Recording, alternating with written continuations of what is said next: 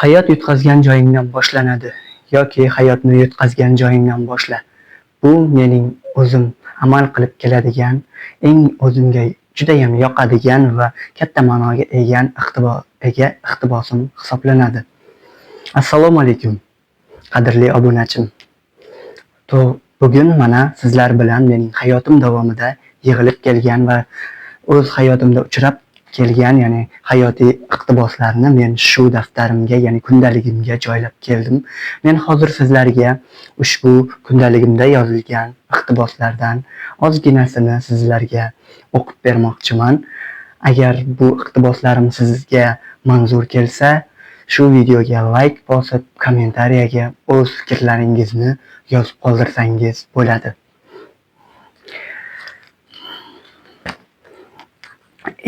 Ya'ni kundaligimning eng birinchi sahifasiga xuddi shu gaplarni muhrlab yozib qo'yganman. Hayotni yutqazgan joyingdan boshla, yoxud hayot yutqazgan joyingdan boshlanadi. Qora bulutlar qanchalar ko'p bo'lmasin, moviy osmon yuzini mangu to'sib turolmaydi. Hayotimiz davomida biz katta qiyinchiliklarga duch kelamiz.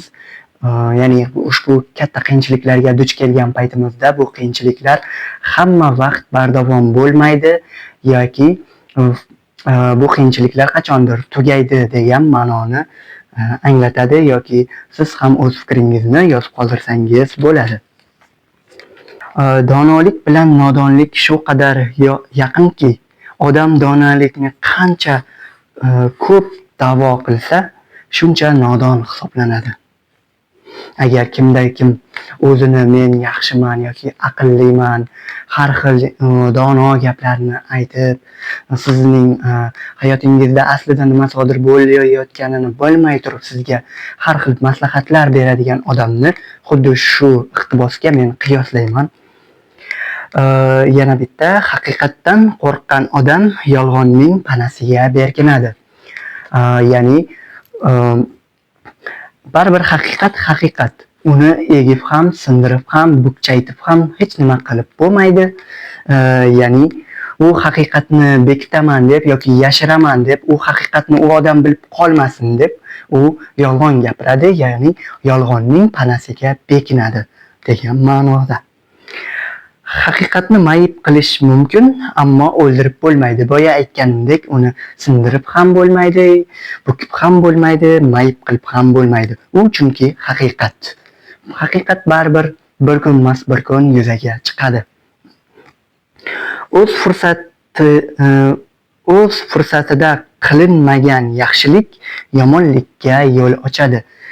Buning ma'nosida esa misol uchun o'z vaqtida kimgadir ya'ni yaxshilik qilishni, ya'ni yaxshilik qilishga sizning qurbingiz yetadi yoki uni yaxshilik qilishga sizning qo'lingizdan keladi, ammo u yaxshilikni siz qilmasangiz, unda u yomonlikka yo'l ochiladi. Ya'ni bunda ya'ni siz yaxshilik qilmoqchi bo'lgan insoningizga, ya'ni yordam bermoqchi bo'lgan insoningizga qo'lingizdan kela turib, uni bila turib, unga yaxshilik yoki yordam bermasangiz, unda u odam o'zining hayotini tiklash uchun yoki o'zining o'ylagan niyatini amalga oshirish uchun u balki yomonlik qilishi yoki o'g'irlik qilishi ham mumkin degan asosida, ya'ni bu ota-ona va bola o'rtasidagi, menimcha, ya'ni o'rtasidagi gapga menimcha borib taqaladi deb o'ylayman.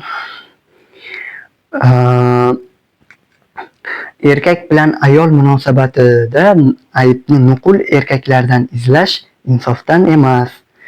Sham yonmasa parvona yaqin kelmaydi degan gaplar ham bor. Buni endi ma'nosini sizga aytib o'tirmasam ham o'zingiz bilsangiz kerak. Agar bilsangiz, bilganingizni shu video kommentariyasiga yozib ketsangiz bo'ladi. Eng ajoyib bitta iqtibosim shuki, ya'ni nuqul o'tmishidan noliydigan odam kelajagini barbod qilishi mumkin. O'z ildizini inkor qilgan daraxt qurib qoladi. Shu gapning, ya'ni shu iqtibosning tagida juda katta bitta ma'no yotibdi. Bu qanday ma'noligini esa menimcha tushunganlar allaqachon tushunib yetdi. Umr o'lchovi yolg'iz Allohga, mazmuni esa ko'p jihatdan insonning o'ziga bog'liq hisoblanadi. Hayotda yashar ekanmiz, xiyonat, azob, sinov, hatto o'limga ham tayyor turishimiz kerak. Aziz do'stlar, ketdi degani hayot tamom bo'ldi degani emas. Singan ko'ngil o'ldi degani emas.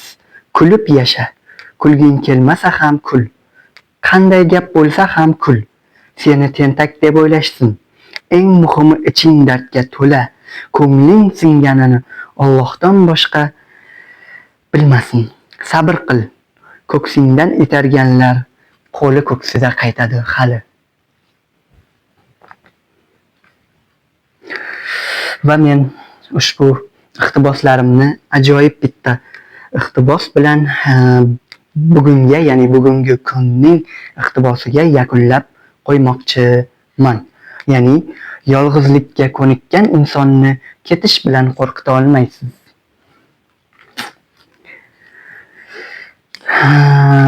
Hali menda juda ko'p, ya'ni hayotiy iqtiboslar bor. Albatta bularni keyingi videolarimda sizga albatta o'qib beraman. Mening o'qib o'tgan boyagi iqtiboslarimni, ya'ni ma'nosini to'g'ri aytgan bo'lsam to'g'ri yoki noto'g'ri bo'lib to'g'rilab ketmoqchi bo'lsangiz, ushbu videoning kommentariyasiga marhamat yozib keting. Barchasini. Hali bitta narsani aytmoqchiman. To'g'ri, mening nutqimda ozgina xato kamchiliklar bor. Buni tuzatishga harakat qilyapman, albatta. Buni ham sizlar nazardan chetda qoldirmaysizlar. Men buni juda yaxshi bilaman. Shu bois men hozirning o'zidanoq bu haqida sizlarga gapirib beryapman, ya'ni sizlarga aytib o'tyapman. Shuni qisqacha qilib aytgancha bu Mrs. Best bor-ku, o'sha boya o'qib qoldim-da. O'shana bu pullari bor-ku, pullari bilan video qiladi-yu. O'shana bu haligi qalbaka puli nima edi? Falangilarmidi? Farshivka pulmi? Xuddi o'shandan foydalanar ekan. Biz ham shunday farshivka puldan foydalansak nima qilarkina? Nima deysizlar?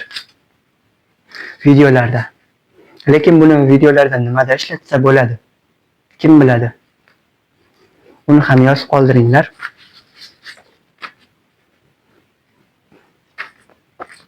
Men bu pulni, ya'ni bu farshivka dollar pulini Toshkentdan olib kelganman. Ya'ni Toshkentda 10,000 shop degan, ya'ni Sergeli tumanining haligana bu bitta bozori bor-da, yo'l yoqasidagi. Shu metroga ketishda. Tunneldan o'tasiz, tunneldan o'tkazdan keyin shu chiqqan tarafingizda bozor bor, uzun bozor. O'sha uzun bozorning, ya'ni o'ng tarafida 10,000 shop degan joydan mana shu farshivka bo'ldi-yu. O'sha mana shu dollarlarni o'sha 10,000 shopdan olganman, 10,000 so'mga. Agar video sizga manzur bo'lgan bo'lsa, yoqqan bo'lsa va davomli bo'lishini istasangiz yoki xohlasangiz, shu videoga like bosing, kommentariya yozing va izohlaring, ya'ni o'z fikrlaringizni izohlarda qoldiring. Baribir nutqimda muammo bor-da meni. Baribir o'shani to'g'rilaymiz, harakat qilamiz. Xayr, sog' salomat bo'ling, o'zingizni kelasi videogacha asrang. Kun davomida yaxshi kayfiyat hamrohingiz bo'lsin.